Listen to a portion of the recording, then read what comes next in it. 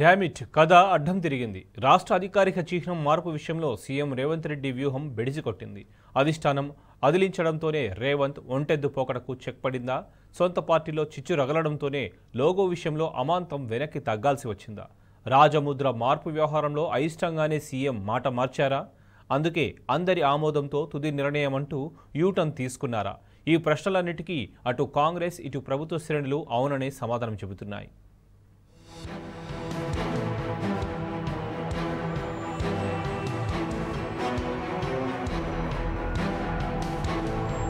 రాష్ట్ర అధికారిక చిహ్నం మార్పుసగా ఢిల్లీ పెద్దలను తాకింది.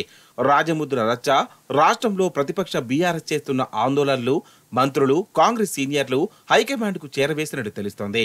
చివరికి అధిష్టానం మందలింపుతోనే సీఎం రేవంత్ రెడ్డి అధికారిక చిహ్నం మార్పుపై తన నిర్ణయాన్ని వెనక్కి తీసుకున్నట్లు సమాచారం అందుతుంది.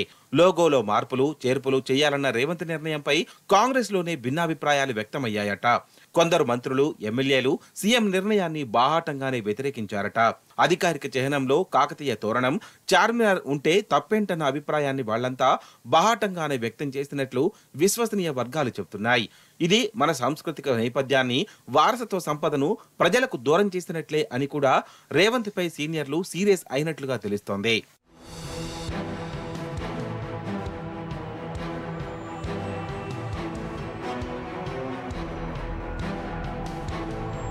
పదమూడు వందల ఏళ్ల చరిత్ర గల కాకతీయ కళాతోరణం, ప్లేగు వ్యాధిని ఎదుర్కోవడానికి స్ఫూర్తిగా 400 ఏళ్ల క్రితం నిర్మించిన చార్మినార్, ఈ రెండింటిని రాష్ట్ర రాజముద్ర నుంచి తొలగించాలన్న రేవంత్ నిర్ణయం బెడిసికొట్టింది.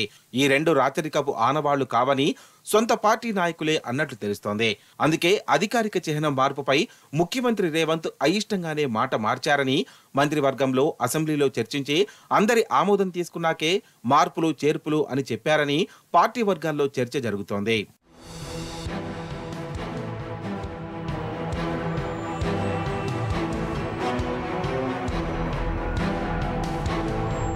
ఇక రాష్ట్రాల రాజముద్రాల విషయంలో కేంద్ర ప్రభుత్వం గతంలో ఓ చట్టాన్ని చేసింది.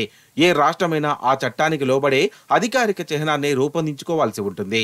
ఈ విషయంలో తెలంగాణ తొలి ప్రభుత్వం సమర్థంగా వ్యవహరించింది. నాటి కేసీఆర్ ప్రభుత్వం పూర్తి చట్టబద్ధంగా చర్యలు తీసుకుంది. తెలంగాణ సంస్కృతి, సాంప్రదాయాలు, వారసత్వం ఉట్టిపడేలా అధికారిక చిహ్నాన్ని రూపొందించింది. తరువాత ఆ రాజముద్ర ప్రతిని కేంద్రానికి పంపించి సమ్మతి తీసుకుంది. ఇలా కేంద్ర, రాష్ట్ర ప్రభుత్వాలు ఒకేసారి ఆమోదం తెలిపిన చిహ్నం అధికారికంగా వినియోగంలోకి వచ్చిన తర్వాత మార్చడం కుదరదనే వాదనలు వినిపిస్తున్నాయి. అయినా కూడా రేవంత్ రెడ్డి ప్రభుత్వం ఒంటెద్దు పోకడలకు పోతే న్యాయస్థానాన్ని సైతం ఆశ్రయించి పోరాటం చేస్తామని తెలంగాణ వాదులు తేల్చి చెబుతున్నారు.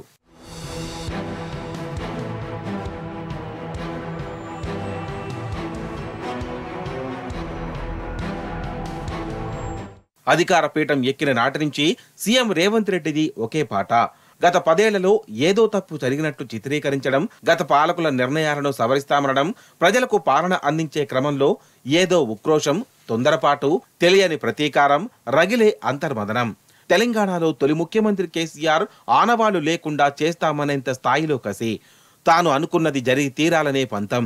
ఈ క్రమంలో అధికారం శాశ్వతం కాదన్న విషయాన్ని రేవంత్ తెలుసుకోలేకపోయారు. గత పాలకులకు కొనసాగింపే ప్రస్తుత ప్రభుత్వ పాలన అన్న వాస్తవాన్ని గుర్తించలేకపోయారు. పాలనలో నాడైనా నేడైనా చట్టానికి కట్టుబడి నిర్ణయాలు ఉంటాయన్న విచక్షణను కోల్పోయారు.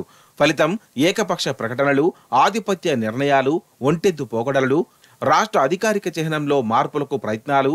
కానీ అక్కడ హైకమాండ్ ఉంది, పార్టీలో సీనియర్లు ఉన్నారు. వారు ప్రతి విషయాన్ని ఢిల్లీ పెద్దలకు తీసుకెళ్లారు. చివరికి ఎంత రంకెలేసే ఎద్దైనా సరే మెడవంచాల్సిందే, తల దించాల్సిందే అన్నట్టుగా పైనుంచి రేవంత్ కు మందలింపులు ఎదురైనట్టు తెలుస్తోంది. చివరకు రాష్ట్ర అధికారిక చిహ్నం మార్పుపై ఆయన వెనక్కు తగ్గాల్సి వచ్చింది. హైకమాండా, మజాకా? That is Congress.